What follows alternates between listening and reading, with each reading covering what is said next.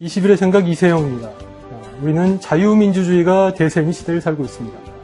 자유민주주의는 자본주의와 함께 성장해왔고 전통과 도그마, 그동안 권력의 억압에 맞서 인간의 자유와 기본권을 신장시켜온 자랑스러운 역사를 가지고 있습니다. 경제민주화 역시 마찬가지입니다.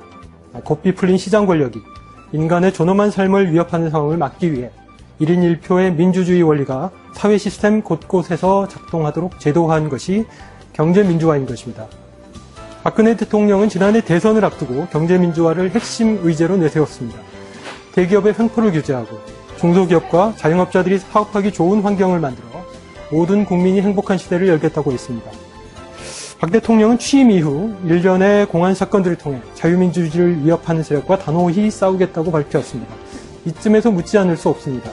이 사회의 자유민주적 기본 질서를 뒤흔드는 불순 세력. 자유민주주의의 진짜 적은 누구입니까? 이번 주 한겨레 21표지 이야기는 껍데기만 남은 경제민주화 공약의 현주소를 짚어봤습니다. 경제팀 황예란 기자 나오셨습니다. 안녕하세요. 사실 경제민주화라는 주제가 굉장히 기사로 풀기는 딱딱한 주제인데 발품을 많이 파셨어요. 어떤 사람들을 만나셨죠? 예, 처음엔 사실 발품보다는 손품을 좀 많이 팔았는데요.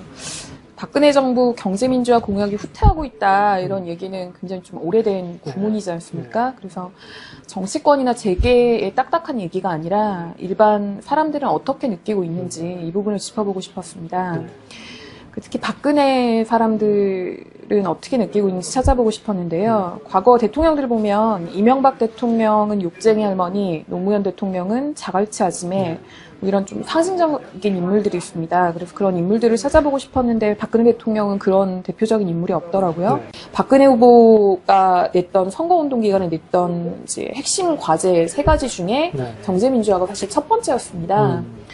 그게 이제 대통령이 되고 난 이후에는 현실적으로 대통령직 인수위원회에서 낸 국정 목표, 여기에 아예 경제민주화라는 단어 자체가 빠져버리는 일까지 생기게 됩니다. 그러면서 사람들이 박근혜 후보가 경제민주화를 할 의지가 없는 것 아니냐 이런 얘기가 나오기 시작했고요.